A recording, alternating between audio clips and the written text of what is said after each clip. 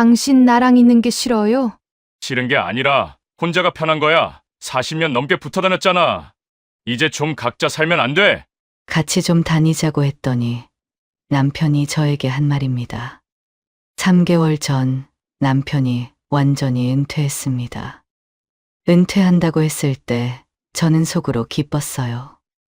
이제 우리 둘이 여유롭게 지낼 수 있겠구나. 그렇게 생각했죠. 하지만 은퇴 후 남편은 일할 때보다 더 바빠졌습니다. 등산 모임, 사진 동호회, 그리고 친구들 모임까지. 집에 있는 시간보다 밖에 있는 시간이 더 많았습니다. 처음에는 이해하려고 했습니다. 40년 넘게 일만 했는데 얼마나 답답했을까. 그래, 이제 좀 즐겨야지. 그렇게 생각했죠. 그런데 시간이 지날수록 서운함이 쌓여갔습니다. 남편과 함께하고 싶어서 나갈 때 같이 가면 안 되겠냐고 조심스럽게 말했습니다. 하지만 그때마다 남편은 안 된다며 혼자 나갔습니다. 집에서 혼자 있는 시간이 점점 길어졌습니다. 결국 용기를 내어 말했습니다. 우리 이제 시간도 많은데 같이 뭔가 해볼까요? 그 말을 들은 남편의 대답은 한마디였습니다. 피곤해. 답답한 마음에 친구들을 만났습니다. 남편이 맨날 혼자 돌아다니고 나는 쳐다보지도 않는다고 하소연했죠. 그런데 친구들은 오히려 제가 부럽다고 했습니다. 자기들 남편은 하루 종일 집에 있으면서 귀찮게 한다고요. 남편이 밖에서 밥 먹고 들어오면 얼마나 편하냐며 제가 배부른 소리를 한다고 했습니다. 그러면서 한마디를 덧붙였습니다. 너도 집에만 있지 말고 뭐 하나 배우면서 하고 싶은 거 해. 우리 나이에 남편만 보고 살 수는 없잖아. 그 말에 용기를 얻었습니다. 저도 취미 생활을 시작하며 제 삶을 살아보기로 했습니다. 그러다 몇 달 후, 시아버지 제사 문제로 크게 다투었고 결국 이혼하게 되었습니다. 이혼 후 저는 요양보호사 보조 일을 하며 조금씩 홀로 서기에 적응해 갔습니다. 그런데도 자식들은 전화를 할 때마다 같은 말을 했습니다. 엄마, 아직도 아빠랑 합치기 싫어요. 아빠가 요즘 많이 힘들어해요. 그럴 때마다 저는 늘 같은 대답을 했습니다.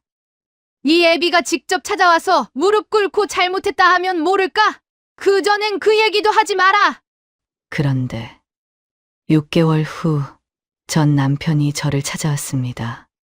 혼자가 편하다며 제가 귀찮다던 사람이 6개월도 버티지 못하고 찾아온 겁니다.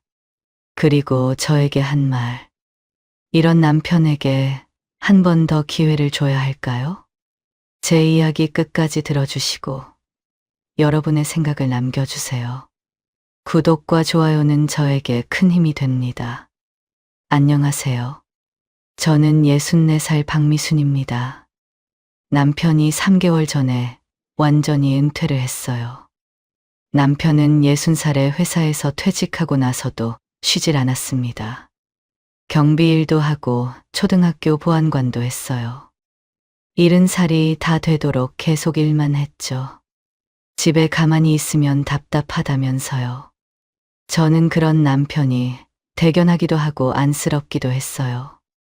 40년 넘게 일만 한 사람이거든요. 젊을 때는 가족 먹여 살리느라 새벽부터 밤까지 일했고 퇴직하고 나서도 쉬는 법을 몰랐습니다. 그래서 은퇴한다고 했을 때 저는 속으로 좋았어요. 이제야 좀 쉬나 보다. 우리 둘이 여유롭게 지내겠구나. 그렇게 생각했죠. 근데 막상 은퇴하고 나니까 남편은 일할 때보다 더 바빴습니다. 월요일은 등산 모임이 있었어요. 새벽 6시에 일어나서 등산복 입고 나갔습니다. 수요일은 사진 동호회였어요. 카메라 가방 메고 출사를 나갔죠. 금요일은 옛날 직장 동료들 모임이 있었습니다. 저녁 때 나가서 밤늦게 들어왔어요. 주말에는 또 다른 친구들을 만났습니다. 처음에는 저도 좋았어요. 40년 넘게 일만 했는데 얼마나 답답했을까. 그래, 당신도 이제 좀 즐겨야지. 친구들도 만나고 취미 생활도 하고 진심으로 응원했습니다. 그런데 어느 순간 이상한 걸 느꼈어요. 남편 일정에 제가 빠져 있었습니다. 월요일 등산, 수요일 사진, 금요일 모임. 다 남편 혼자였어요. 저는 한 번도 낀 적이 없었습니다. 처음에는 그러려니 했어요. 남자들 모임이니까 그럴 수 있지. 근데 시간이 지나니까 서운해지더라고요. 한 번은 남편이 등산 갈 준비를 하고 있었어요. 등산복 입고 배낭 챙기고 있길래 조심스럽게 다가갔습니다. 웃으면서 물었어요. 나도 등산 같이 가면 안 돼요? 남편이 등산화 끈을 묶으며 대답했습니다. 저를 쳐다보지도 않았어요. 거긴 남자들 모임이야. 당신은 힘들어. 딱 잘라 말했습니다. 더 물어볼 수가 없었어요. 남편이 현관문 열고 나가는 뒷모습을 멍하니 바라봤습니다. 문이 닫히고 발소리가 멀어졌어요. 저는 혼자 거실에 남았습니다. 또 한 번은 남편이 사진 출사를 나갈 때였어요. 카메라 가방을 챙기고 있길래 옆에서 지켜보다가 입을 열었습니다. 나도 사진 배우고 싶은데 같이 가면 안 돼요? 남편이 고개를 저었어요. 여긴 다들 전문가들이야. 당신은 못 껴. 사진 배우고 싶으면 문화센터 가서 배워. 가슴이 뜨끔했습니다. 못 낀다니. 그 말이 자꾸 귓가에 맴돌았어요. 남편이 나가고 나서 한참을 소파에 앉아 있었습니다. 창밖을 바라보며 생각했죠. 내가 뭘 잘못했나? 왜 나는 못 끼는 걸까? 남편이 없는 날은 하루 종일 혼자였어요. 아침에 눈을 떠도 남편은 이미 나가고 없었습니다. 혼자 일어나서 세수하고 밥을 차렸어요. 식탁에 혼자 앉아 혼자 밥을 먹었습니다. 점심도 마찬가지였어요. 냉장고에서 반찬 꺼내 대충 먹었죠. 저녁이 되면 남편한테 전화가 왔습니다. 밖에서 먹고 들어간다고요. 저는 또 혼자 밥을 차려 혼자 먹었어요. 설거지를 하면서 문득 생각했습니다. 나 지금 혼자 사는 거랑 뭐가 다르지? 밥도 혼자 먹고, 낮에도 혼자 있고, 저녁에도 혼자인데. 남편이 있으나 없으나 똑같았어요. 씁쓸했습니다. 그릇을 닦으면서 한숨이 나왔어요. 40년을 같이 살았는데, 이제 와서 이게 뭔가 싶었죠. 그날 밤 남편이 늦게 들어왔습니다. 모임 갔다 온다더니 술 냄새가 났어요. 씻고 나와서 거실 소파에 앉았습니다. TV를 틀었어요. 저도 옆에 앉았습니다. 나란히 앉아서 TV를 봤죠. 저는 용기를 내서 말을 꺼냈어요. 조심스럽게요. 우리 이제 시간도 많은데 같이 뭔가 해볼까요? 남편이 리모컨을 들고 채널을 돌리며 대답했습니다. 피곤해? 그 한마디였습니다. 더 말하지 못했어요. 피곤하다는 말이 이렇게 서운하게 들린 건 처음이었습니다. 저는 입을 다물고 TV 화면을 바라봤어요. 눈에 들어오지 않았습니다. 남편은 채널을 몇 번 돌리더니 뉴스를 틀었어요. 저는 옆에 앉아 있었지만 마음은 멀리 있었습니다. 이게 뭔가 싶었습니다. 남편이 은퇴하면 우리 둘이 여유롭게 지낼 줄 알았거든요. 같이 여행도 다니고 맛있는 것도 먹으러 다니고 그런 상상을 했거든요. 근데 현실은 달랐어요. 남편은 자기 삶이 있고 저는 거기 없었습니다. 4월이 되니까 동네 벚꽃이 만발했습니다. 집 앞 공원에도 벚꽃이 활짝 피었어요. 분홍빛 꽃잎이 바람에 날리는 게 너무 예뻤습니다. 텔레비전에서도 벚꽃 명소 이야기가 나왔어요. 진해 군항제니 여의도 윤중로니 어디가 좋다느니. 저는 TV를 보다가 문득 남편 생각이 났습니다. 사진 동호회 다니면서 카메라 잘 다루잖아요. 같이 가서 사진 찍으면 좋겠다 싶었어요. 저녁 때 남편이 들어왔습니다. 저는 반갑게 말을 꺼냈어요. 여보, 우리 이번 주말에 벚꽃 보러 가요. 가서 사진 좀 찍어줘요. 남편이 소파에 앉으며 대답했습니다. 나 주말에 사진 출사 있어. 당신 친구들이랑 가. 가슴이 철렁했어요. 또 거절이었습니다. 저는 더 말하지 못하고 부엌으로 들어갔어요. 설거지를 하면서 한숨이 나왔습니다. 벚꽃 사진 찍으러 가면서 왜 나는 안 되는 건지. 사진 동호회 사람들이랑은 가면서요. 결국 저는 친구들한테 연락했습니다. 명숙이랑 정욱이한테요. 주말에 벚꽃 보러 가자고 했어요. 친구들이 좋다고 했습니다. 토요일에 같이 가기로 했죠. 토요일 아침이 됐어요. 남편은 새벽같이 카메라 가방 챙겨서 나갔습니다. 출사 간다고요. 저는 혼자 준비했어요. 예쁜 옷 입고 화장도 했습니다. 친구들 만나러 가는 건데도 괜히 마음이 허전했어요. 친구들이랑 근처 공원으로 갔습니다. 벚꽃이 정말 예뻤어요. 분홍빛 꽃잎이 하늘을 덮고 있었습니다. 바람이 불 때마다 꽃잎이 눈처럼 흩날렸어요. 명숙이가 휴대폰으로 사진을 찍어줬습니다.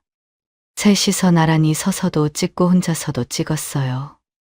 웃으면서 사진을 찍었는데 마음 한구석이 쓸쓸했습니다. 남편이랑 왔으면 좋았을 텐데.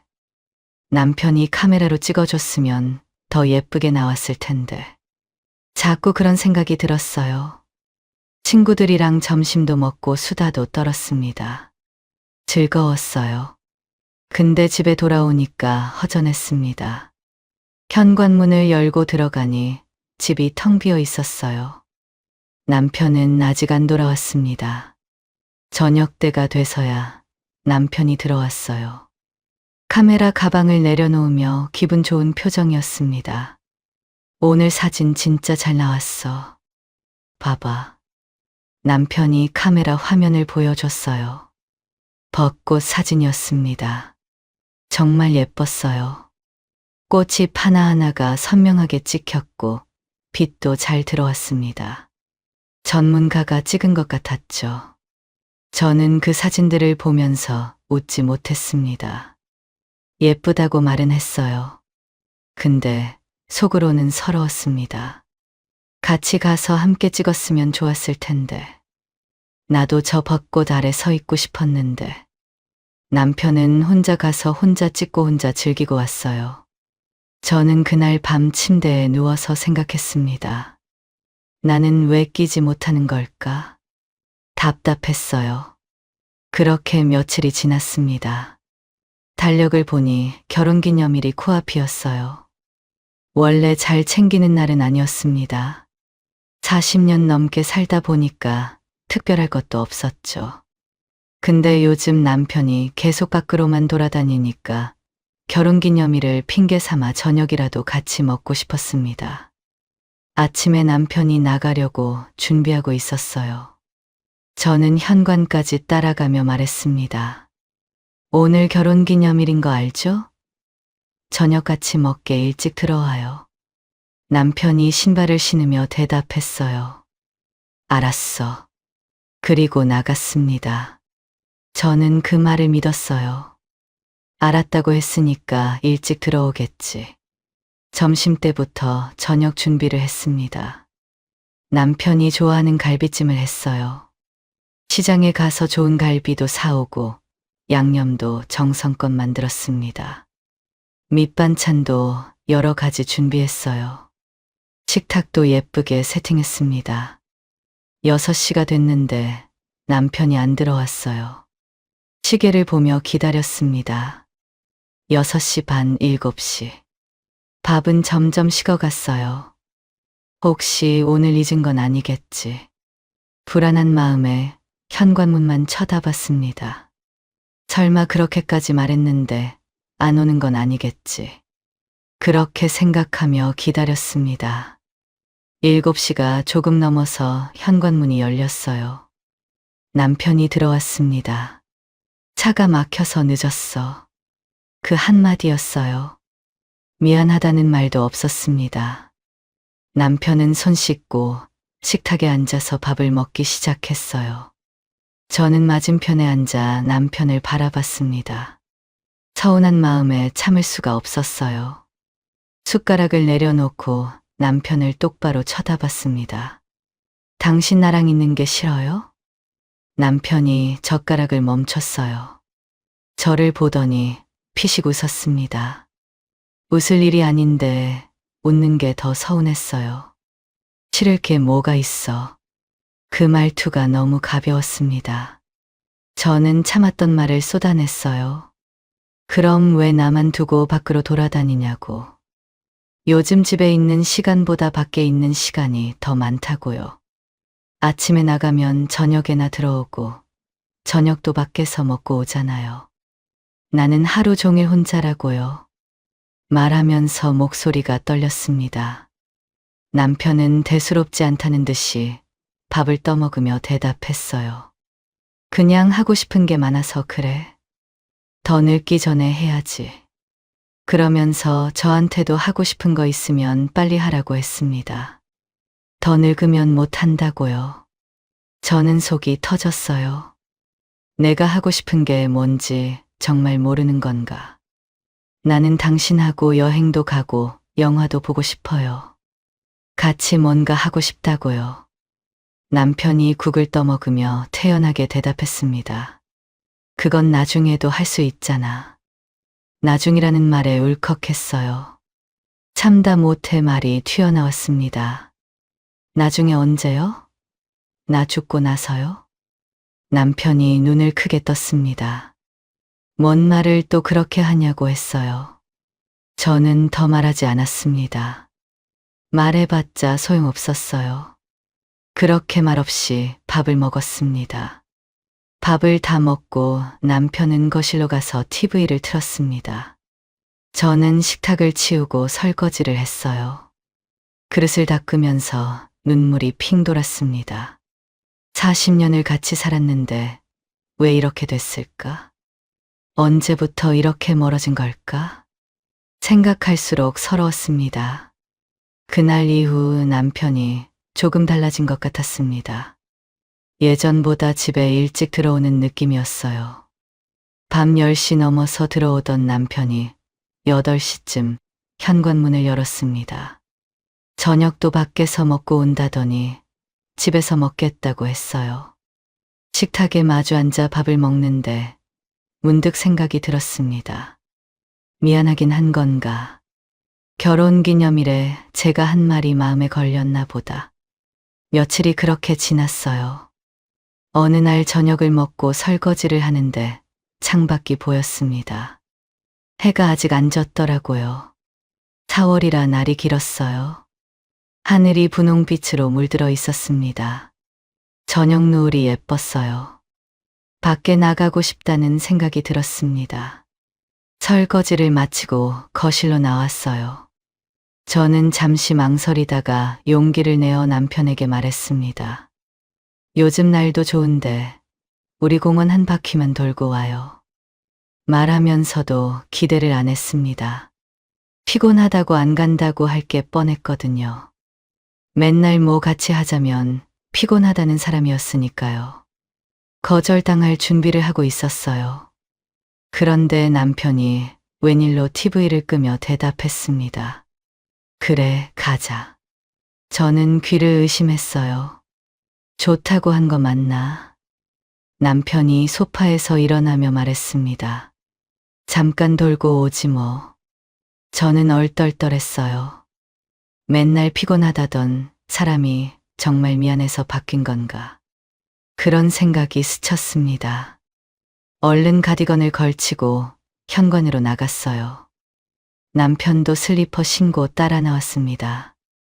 엘리베이터를 타고 1층으로 내려갔어요. 아파트 정문을 나서니 선선한 바람이 불었습니다. 봄 냄새가 났어요.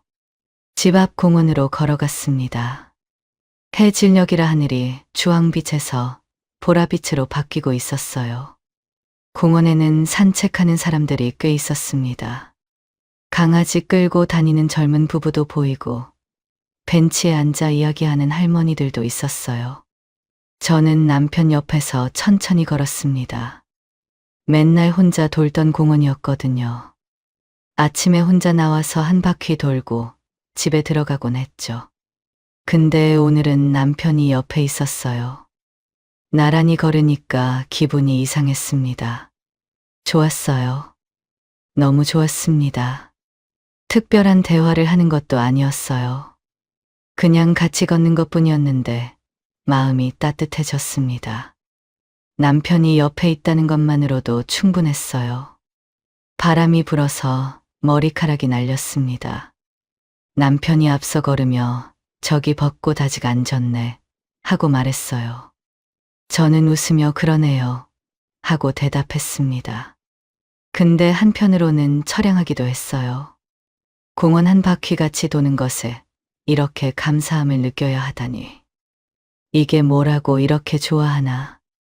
부부인데 고작 이 정도의 감동받는 내가 서글펐습니다.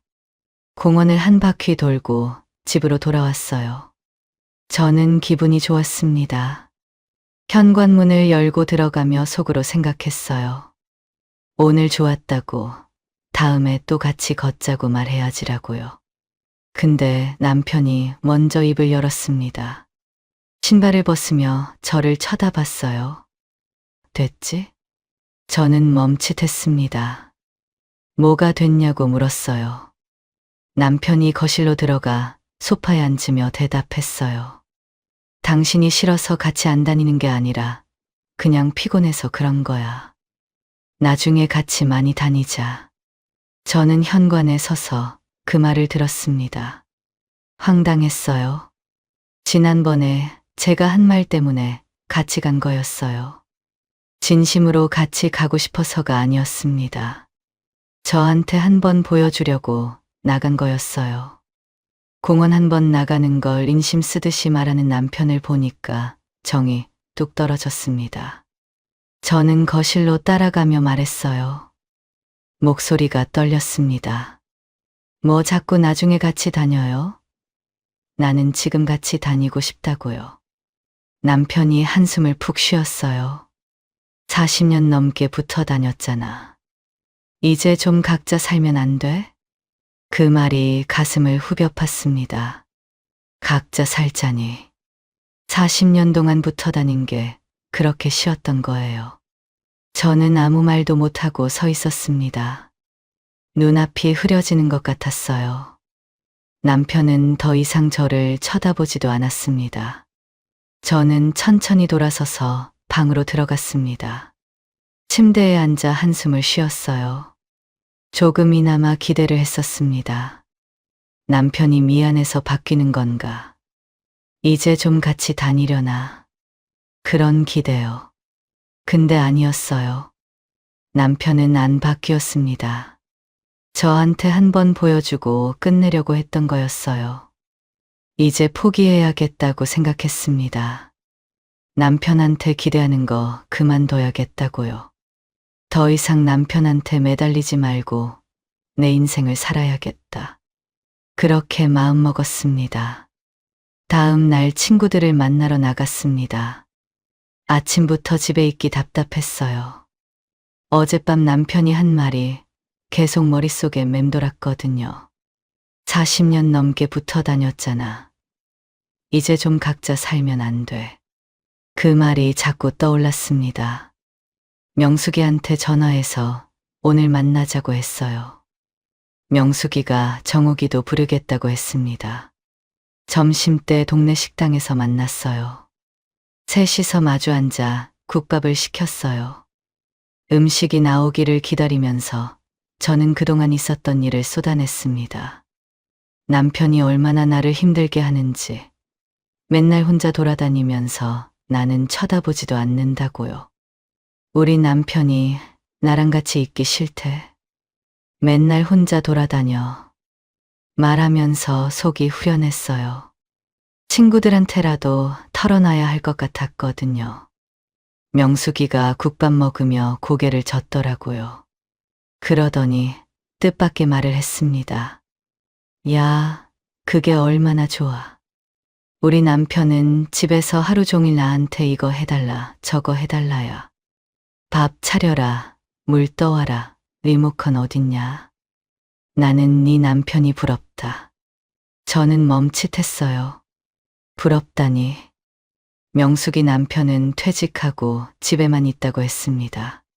하루 종일 소파에 누워서 TV만 본대요.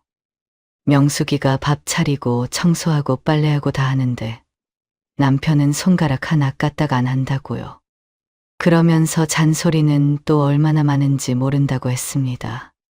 정욱이도 맞장구 쳤어요. 네 남편 밖에 나다니면 건강하기라도 하지. 우리 남편은 소파에 붙어서 맨날 리모컨이야. 밖에 좀 나가라고 해도 안 나가. 하루 종일 집에서 뒹굴거려.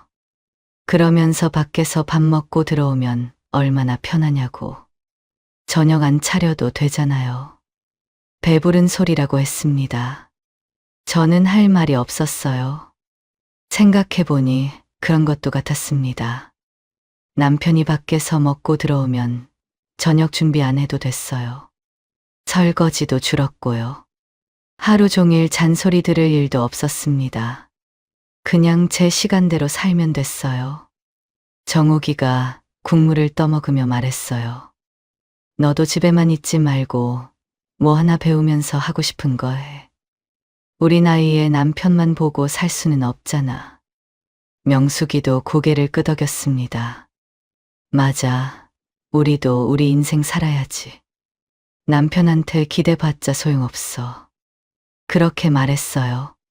집에 돌아오는 길에 친구들 말을 곱씹었습니다. 맞는 말이었어요. 남편만 바라보고 있으니까 힘든 거였습니다. 나도 뭔가 하면서 살면 남편 생각이 덜 나겠지. 용기가 생겼어요. 나도 뭔가 해보자. 그런 마음이 들었습니다. 며칠 후 동네 복지관에 갔어요. 어떤 강좌가 있나 둘러봤습니다. 요가도 있고 노래교실도 있었어요.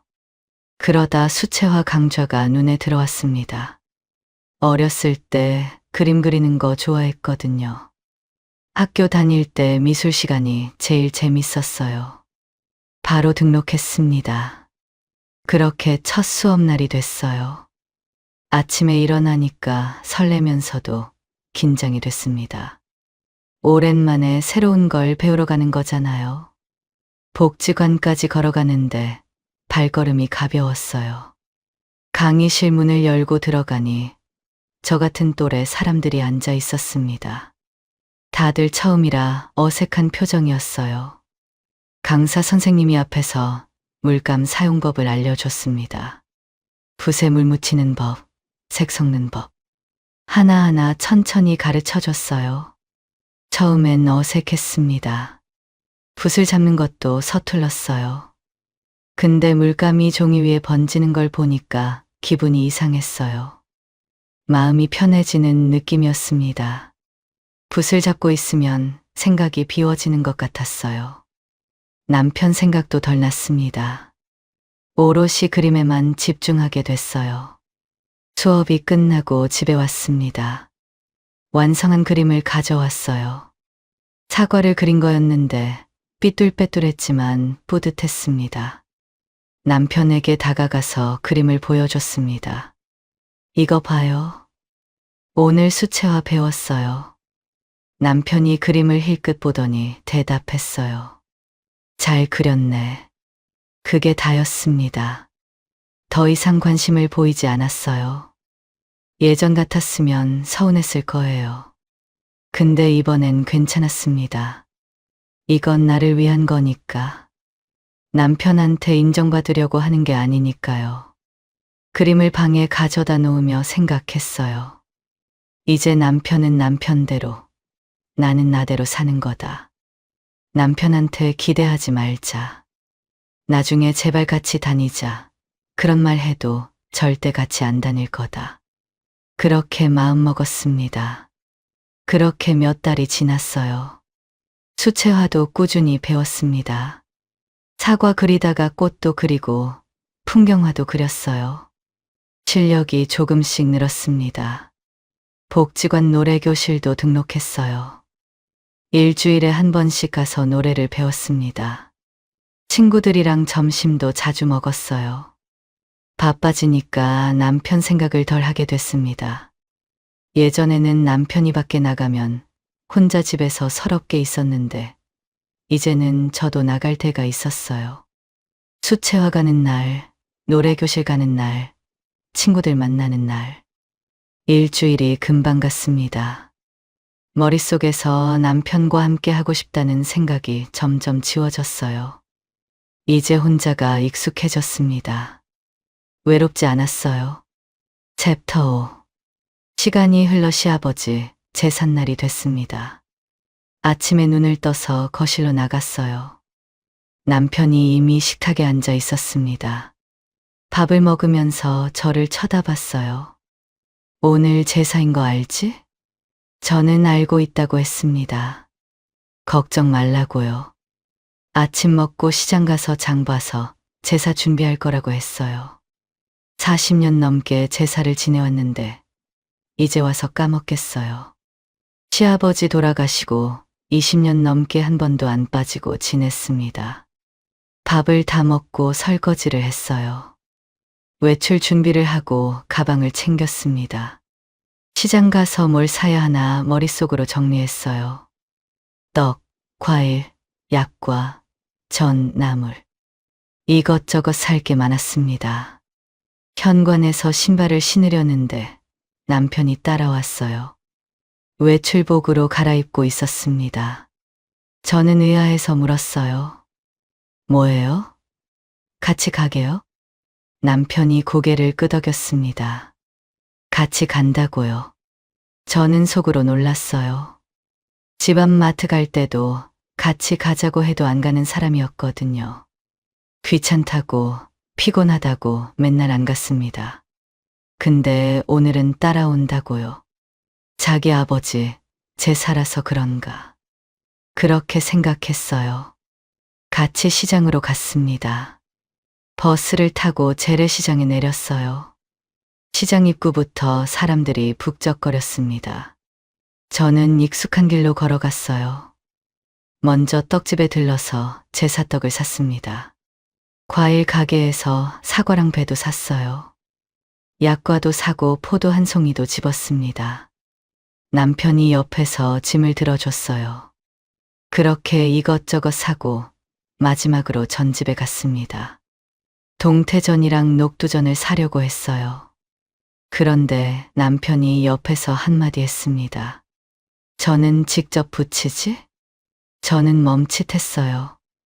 남편을 쳐다봤습니다. 남편이 당연하다는 표정이었어요. 저는 요즘 누가 전을 직접 부치냐고 했습니다. 다들 사서 한다고요. 지난번 시어머니 제사 때도 다 사서 한 거라고 말했어요. 남편이 입을 삐죽거렸습니다. 안 그래도 그때 사서 해서 찝찝했어. 이번에는 그냥 부치자. 저는 속이 부글부글 끓었어요. 당신이 부칠 거냐고 물었습니다. 남편은 아무 말도 못했어요. 당연히 제가 부쳐야 하는 거잖아요. 자기는 손가락 하나 안 까딱하면서 저한테 부치하는 거였습니다. 저는 한숨을 쉬며 말했어요. 어쩐지 따라온다고 할 때부터 이상했다. 이 말 하려고 따라온 거예요? 남편 표정이 굳어졌어요. 민망한 건지 짜증이 난 건지 모르겠었습니다. 알아서 해. 나 먼저 간다. 그렇게 말하고 휙 돌아서 가버렸어요. 저는 시장 한복판에 혼자 서 있었습니다. 손에 장바구니가 들려 있었어요. 허탈했습니다. 같이 온다고 해서 뭔가 달라졌나 했더니 결국 이거였어요. 전 부처라 그 말 하려고 따라온 거였습니다. 한참을 서 있다가 전집 아주머니한테 말했어요. 동태전이랑 녹두전 주세요. 그냥 샀습니다. 예전 같았으면 힘들더라도 하나하나 직접 부쳤을 거예요. 남편이 그렇게 말했으면 알았다고 하고 집에 가서 밤새 부쳤겠죠. 근데 요즘 같아서는 해줄 마음이 전혀 없었어요. 왜 내가 해야 하는데? 당신 아버지 제사인데 당신이 하든가. 무거운 장바구니를 들고 버스를 탔습니다. 집으로 돌아왔어요. 현관문을 열고 들어가니 집이 조용했습니다. 남편은 나갔는지 없었어요. 제사 준비하라고 해놓고 어디로 간 건지. 한숨이 나왔습니다. 그래도 제사는 지내야 했어요. 장바구니를 풀고 음식을 정리했습니다. 탕국을 끓이기 시작했어요. 나물도 무치고 음식들을 그릇에 담았습니다. 혼자서요. 남편은 코빼기도 안 보였어요. 저녁이 다 돼서야 현관문 열리는 소리가 들렸습니다. 남편이 들어왔어요. 저는 부엌에서 음식 준비하다가 고개를 돌렸습니다. 제 산날인데 좀 도와주지. 이제야 들어와요? 남편이 퉁명스럽게 대답했어요. 음식 다 사서 하는데 도와줄 게 뭐가 있어. 저는 참았던 화가 확 치밀었습니다. 진짜 너무하다고 우리 아버지 제사냐고 따졌어요. 당신 아버지 제사 아니냐고요. 근데 왜 나 혼자 다 해야 하냐고요. 남편이 코웃음을 쳤어요. 다 된 음식 사와서 차리면서 뭔 생색이야. 그 말에 그동안 쌓였던 화가 폭발했습니다. 저는 앞치마를 확 풀었어요. 그럼 당신이 해요. 나도 이제 못하겠어. 그렇게 말하고 방으로 들어갔습니다. 문을 닫고 침대에 앉았어요. 손이 떨렸습니다. 심장이 쿵쿵 뛰었어요. 그동안 제사를 지내면서 이렇게 해본 적은 처음이었습니다. 밤이 깊어갔어요. 제사 시간이 다가오고 있었습니다. 저는 방에 앉아서 기다렸어요. 남편이 와서 사과하면 도와주려고요. 미안하다고, 내가 잘못했다고 하면 나가서 같이 준비하려고 했습니다. 근데 남편은 끝내 방에 들어오지 않았어요. 대신 밖에서 부스럭거리는 소리가 들렸습니다. 그릇 내려놓는 소리, 음식 옮기는 소리. 남편이 혼자 준비하고 있는 것 같았어요. 제사 시간이 됐습니다. 저는 그래도 인사는 해야겠다는 생각에 문을 열고 나갔어요. 거실에 제사상이 차려져 있었습니다. 남편이 혼자 서 있었어요. 나도 절이라도 할게요. 남편이 차가운 표정으로 저를 쳐다봤어요. 됐어. 들어가. 저는 한 번 더 말했어요. 절이라도 하겠다고요. 남편이 고개를 저었습니다. 됐다고. 들어가. 저는 더 이상 말하지 못했어요. 돌아서서 방으로 들어왔습니다. 문을 닫고 침대에 누웠어요. 밖에서 남편이 혼자 절하는 소리가 들렸습니다. 제사가 끝나면 치우는 걸 도와줘야지. 그렇게 생각하며 눈을 감았어요. 잠깐만 쉬려고 했습니다. 근데 피곤했나 봐요. 눈을 감으니까 그대로 잠이 들었습니다. 다음 날 아침 일찍 눈이 떠졌습니다. 침대 옆을 보니 남편이 없었어요. 벌써 일어났나. 시계를 보니 7시였습니다. 거실로 나갔어요. 조용했습니다. 남편 신발이 없었어요.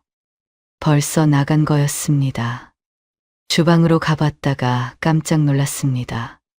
제사 뒷정리가 깔끔하게 되어 있었어요. 그릇도 다 씻어서 정리해놨고 제사상도 치워져 있었습니다. 남편이 혼자 다 한 거였어요. 저는 식탁 앞에 앉아서 한숨을 쉬었습니다. 내가 너무 심했나? 미안해졌어요. 그동안 제사를 한 번도 안 빠지고 지냈는데 어젯밤 처음으로 방에 들어가 버렸거든요. 남편 혼자 제사 지내게 두고요. 생각해보니 너무했습니다. 저녁 먹으면서 미안하다고 해야겠다고 생각했어요. 어젯밤 일은 내가 좀 심했다고, 앞으로는 안 그러겠다고요. 그렇게 저녁이 됐습니다. 6시, 7시. 남편이 안 들어왔어요. 저녁을 차려놓고 기다렸습니다. 8시가 됐어요. 아직도 안 왔습니다. 밥이 식어갔어요. 밤 10시가 넘었습니다. 남편이 여전히 안 들어왔어요. 걱정이 됐습니다. 무슨 일 있는 거 아닌가. 휴대폰을 들고 남편한테 전화를 걸었어요. 신호음이 가는데 안 받았어요. 다시 걸었습니다. 또 안 받았어요. 불안한 마음에 거실 소파에 앉아서 현관문만 쳐다봤습니다. 무슨 일이 생긴 건 아닌지, 사고가 난 건 아닌지, 별 생각이 다 들었어요. 밤 11시가 넘어서야 현관문 열리는 소리가 들렸습니다. 남편이 들어왔어요. 저는 벌떡 일어나서 현관으로 갔습니다. 밤늦게까지 뭐 하다가 들어와요? 전화는 왜 또 안 받아요? 남편은 저를 쳐다보지도 않았어요. 아무 말 없이 신발 벗고 욕실로 들어갔습니다. 저는 거실에 혼자 서 있었어요. 뭐지? 왜 말을 안 하지? 이상했습니다. 남편이 씻고 나왔어요. 저는 다시 말을 걸었습니다. 맨날 혼자 돌아다니더니 이제 나랑 말도 안 할 거예요? 남편이 대답이 없었어요. 그냥 방으로 들어갔습니다. 저는 따라 들어갔어요. 어젯밤 일 때문에 화난 거예요? 여전히 말이 없었습니다. 남편은 불을 끄고 침대에 누웠어요. 저는 답답했습니다. 다시 불을 켜고 남편에게 가서 물었습니다. 계속 이럴 거예요? 남편이 짜증 섞인 목소리로 대답했어요. 불 꺼. 뭘 계속 그래? 저는 참을 수가 없었습니다. 연락도 없이 늦게 돌아오고 돌아와서 말도 안 하고 이러냐고 따졌어요. 남편이 한숨을 푹 쉬었습니다. 그냥 나 좀 내버려둬. 왜 이렇게 귀찮게 해? 귀찮다. 귀찮다는 말에 충격을 받았어요. 부부가 서로 대화하고 걱정하는 게 귀찮다니. 화가 치밀어 올랐어요. 저도 모르게 말이 튀어나왔습니다. 이럴 거면 당신 혼자 살아요. 나도 혼자 집구석 지키는 거 이제 지쳤어요. 남편이 귀찮다는 듯이 손을 휘 저었어요. 불이나 끄라고 했습니다. 그 행동에 더 화가 났어요. 제가 지금 진지하게 말하는데 손으로 쫓아내듯이 하다니. 이럴 거면 그냥 이혼해요. 남편이 눈도 안 뜨고 대답했습니다. 알았으니까 불 끄고 나가. 저는 더 이상 말하지 않았어요. 방을 나왔습니다. 거실 소파에 앉았어요. 심장이 쿵쿵 뛰었습니다. 손이 떨렸어요. 방금 내가 무슨 말을 한 거지? 이혼이라고 했어요. 근데 남편은 알았다고만 했습니다. 말리지도 않았어요. 화가 나고 답답해서 잠이 안 왔습니다. 소파에 앉아서 밤을 샜어요. 아침 8시쯤 방문 열리는 소리가 들렸어요. 남편이 일어나 거실로 나왔습니다. 저는 소파에서 일어나 남편을 똑바로 쳐다보며 말했습니다. 어젯밤에 한 말 마무리 짓자고요. 남편이 눈을 비비며 대답했어요. 방금 일어난 사람한테 무슨 말이야? 저는 물러서지 않았습니다. 이혼하자고 한 거요. 이혼해요. 남편이 저를 쳐다봤어요. 표정이 무덤덤했습니다. 나는 상관없어. 당신이 하고 싶으면 해. 가슴이 쿵 내려앉았어요. 혹시나 하는 기대가 있었거든요. 어젯밤에는 피곤해서 그랬던 거다. 술 먹고 실수한 거다. 미안하다고 하면 어쩌나. 그런 기대요. 근데 아니었습니다. 남편은 진심으로 상관없다고 했어요. 저는 확실히 결심했습니다. 이혼하자. 더 이상 이렇게 못 살겠다. 귀찮다는 소리 들으면서 살 수 없었어요. 남편도 별말 없이 동의했습니다. 그렇게 이혼 준비를 시작했어요. 며칠 후 자식들이 집에 찾아왔습니다. 현관 초인종이 울려서 문을 열었더니 아들과 딸이 서 있었어요. 표정이 심각했습니다. 이혼한다는 소식을 들은 거였죠. 무거운 얼굴로 현관에 서 있는 자식들을 보니까 마음이 복잡해졌어요. 거실로 들어와 마주 앉았습니다. 한동안 아무도 말이 없었어요. 딸이 고개를 숙이고 있었고 아들은 저를 뚫어지게 쳐다봤습니다. 무거운 침묵이 흘렀어요. 아들이 먼저 입을 열었습니다. 갑자기 무슨 일이냐고, 왜 이혼을 하시냐고 물었어요. 목소리가 떨렸습니다. 저는 담담하게 말했어요. 더 이상 못 살겠다고요. 아버지가 나를 귀찮은 존재라고 했다고 말했습니다. 아들이 한숨을 푹 쉬었어요. 그래도 이혼까지 하실 필요 있냐고, 부부싸움은 칼로 물베기라고 그냥 서로 조금씩 맞춰가면 안 되냐고 했습니다. 저는 고개를 저었어요. 단호하게 말했습니다. 안 된다고, 이번에는 진짜 못하겠다고요. 이제는 지쳤다고 했죠. 그때 딸이 고개를 들었습니다. 눈이 빨개져 있었어요. 눈물이 뚝뚝 떨어졌습니다. 엄마, 제발 참으세요. 딸이 훌쩍거리면서 말했어요. 그러더니 남편을 쳐다보며 목소리를 높였습니다. 아빠가 엄마한테 빨리 사과하세요. 이렇게 될 때까지 뭐 하셨어요? 눈물을 훔치면서 애원했습니다. 딸이 우는 모습을 보니까 가슴이 찢어지는 것 같았어요. 결혼하고 애 낳고 바쁘게 사는 딸이었습니다. 시집살이에 육아에 얼마나 힘들겠어요. 그런 딸이 부모 때문에 울고 있었어요. 미안했습니다. 마음이 약해졌어요. 한참을 설득하다가 아들과 딸이 돌아갔습니다. 현관에서 배웅하면서 딸 뒷모습을 봤어요. 어깨가 축 처져 있었습니다. 걸어가면서 눈물을 훔치는 게 보였어요. 저는 문을 닫고 거실로 돌아왔습니다. 사실 자식들이 아무리 반대해도 무조건 이혼하겠다고 생각했었습니다. 근데 딸이 우는 모습을 보니까 마음이 흔들렸어요. 내가 너무 이기적인 건가? 자식들 생각도 해야 하는 거 아닌가? 그런 생각이 들었습니다. 결국 남편에게 다시 기회를 주기로 했어요. 다음 날 딸한테 전화해서 일단 이혼은 보류한다고 말했습니다. 딸이 울먹이면서 고맙다고, 엄마 최고라고 했어요. 근데 마음이 편하지는 않았습니다. 이게 맞는 건가 싶었어요. 자식들 부탁으로 같이 살기는 했는데 달라진 건 없었습니다. 남편은 여전히 혼자 나다녔어요.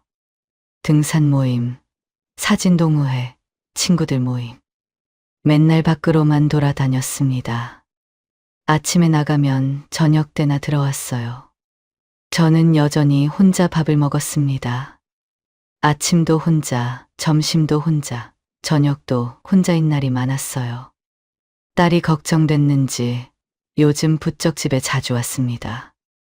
일주일에 한두 번씩 들렀어요. 바쁠 텐데 시간 내서 오는 게 고맙기도 하고 미안하기도 했습니다. 올 때마다 남편한테 잔소리를 했어요. 아빠, 엄마랑 같이 좀 다녀요. 남편이 TV 보면서 건성으로 대답했습니다. 알았어. 말만 그랬어요. 딸이 가고 나면 또 똑같았습니다. 남편은 자기 갈 길 갔어요. 저는 또 혼자 남았습니다. 변한 건 아무것도 없었어요. 2달이 지났습니다. 저는 결국 이혼을 선택했어요. 더 이상은 못하겠었습니다. 기회를 줬는데도 안 바뀌는 사람이었어요. 자식들 때문에 2달을 더 참았는데 한계였습니다. 이번에는 아들과 딸에게 말하지 않았어요. 조용히 진행했습니다. 남편이랑 둘이서 법원에 가서 협의이혼 서류를 냈어요. 서류 쓰면서도 남편은 아무 말이 없었습니다. 담담했어요. 저도 담담했습니다. 1달 숙려 기간이 지나고 이혼이 확정됐어요. 그제야 자식들에게 알렸습니다. 전화로 말했어요. 이혼했다고요. 아들은 한숨만 쉬었습니다. 뭐라고 할 말이 없다는 듯이요. 알았다고만 하고 끊었어요. 딸은 집으로 찾아왔습니다. 현관문 열자마자 울었어요. 어떻게 그러실 수 있냐고, 왜 말도 안 하고 이혼하셨냐고요. 눈물을 흘리면서 따졌습니다. 저는 미안하다고만 했어요. 변명하고 싶지 않았습니다. 그렇고 이혼하면서 재산 분할로 받은 돈으로 작은 원룸을 샀습니다. 혼자 큰 집에 있는 게 얼마나 외로운지 알았거든요. 텅 빈 거실, 조용한 밤. 그게 얼마나 무서운지요. 그래서 이번 무조건 작은 집을 선택했습니다. 이혼 후 딸의 권유로 요양보호사 보조 일을 시작했습니다. 딸이 가만히 계시지 말고 뭐라도 하시라고.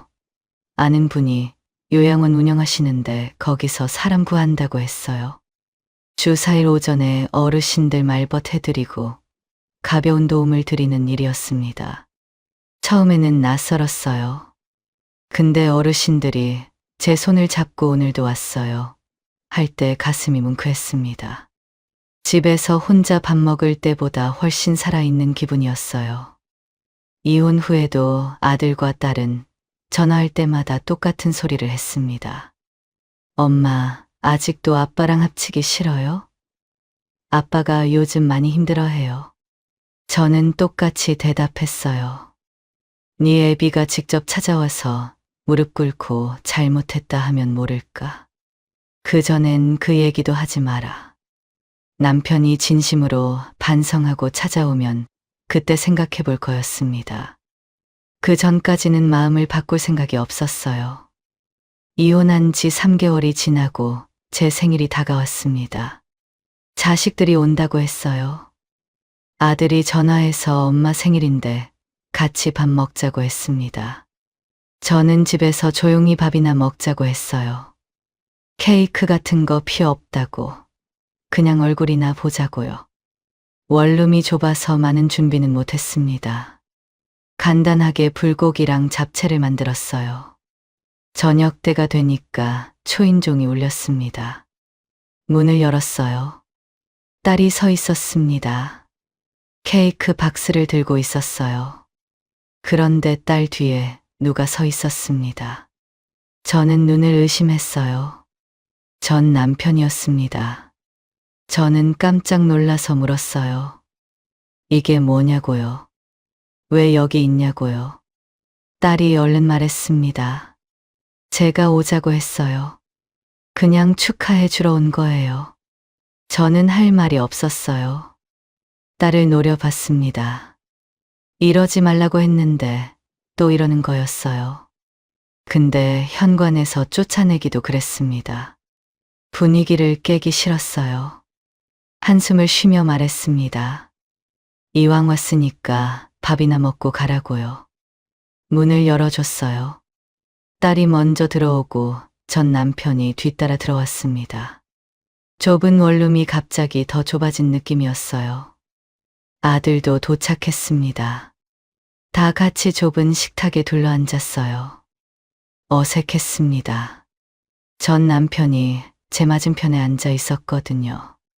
3개월 만에 보는 얼굴이었어요. 예전보다 수척해 보였습니다. 볼이 좀 꺼진 것 같았죠. 생일상이 시작됐습니다. 딸이 케이크에 초를 꽂고 생일 축하 노래를 불렀어요. 아들도 따라 불렀습니다. 전 남편은 입만 뻥긋거렸어요.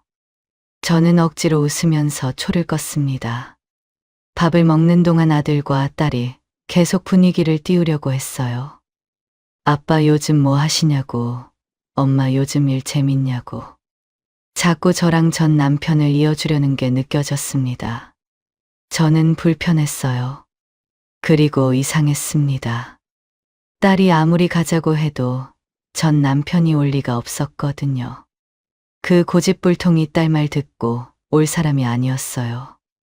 근데 왔습니다. 뭔가 이유가 있는 것 같았어요. 밥을 다 먹고 상을 치웠습니다. 그릇을 들고 주방으로 갔어요. 싱크대에 그릇을 내려놓고 물을 트였습니다. 그때 뒤에서 인기척이 느껴졌어요.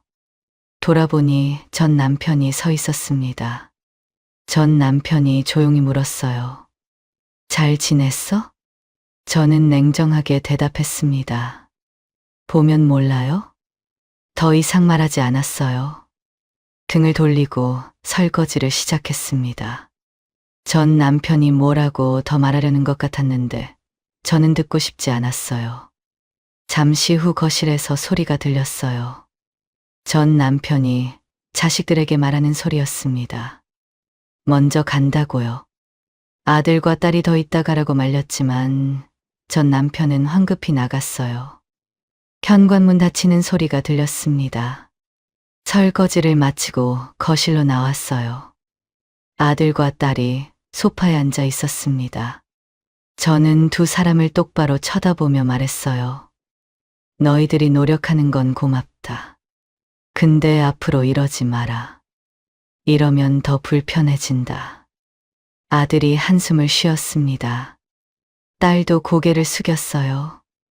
알았다고 했습니다. 미안하다고요. 저는 더 이상 말하지 않았어요.